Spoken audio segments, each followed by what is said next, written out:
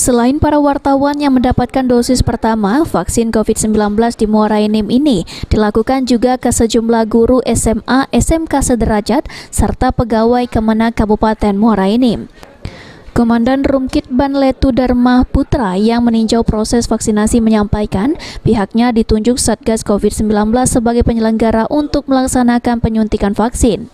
Instansi yang divaksin hari ini itu dari sekolahan guru dari SMK, kemudian dari SMA, dari Kemenak, kemudian dari rekan-rekan wartawan yang sasaran hari ini kira-kira 400 orang.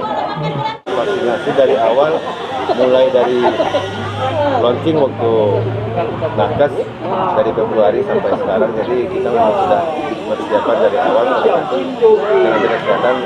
Nah, semuanya didukung oleh dinas kesehatan, baik vaksin maupun perlengkapan yang perlu kita siapkan saat pelaksanaan vaksinasi. Untuk tenaga sendiri ada berapa, Pak?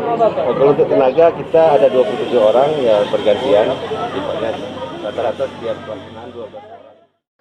Salah satu wartawan yang berhasil disuntik mengungkapkan bahwa vaksin merupakan hal penting untuk meningkatkan imun tubuh.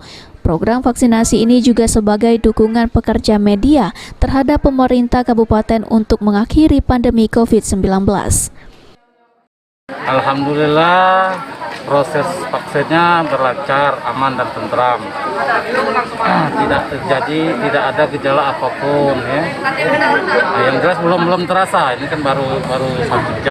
Pada masyarakat, jika sudah dimintakan oleh pemerintah supaya untuk mengikuti anjuran pemerintah untuk melakukan vaksin, karena vaksin itu sangat bermanfaat untuk kesehatan kita sendiri, sehingga kita bisa beraktivitas sebagaimana layaknya seperti dulu.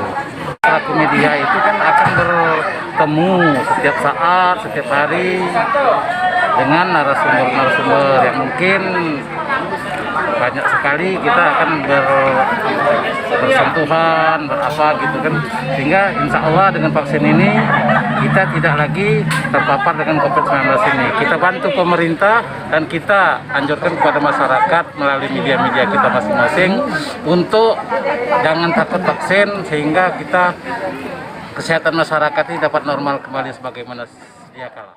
Dengan vaksinasi ini tentunya bisa menambah daya tahan tubuh dalam melakukan kegiatan sehari-hari di masa pandemi saat ini. Beni Firdaus, PAL TV.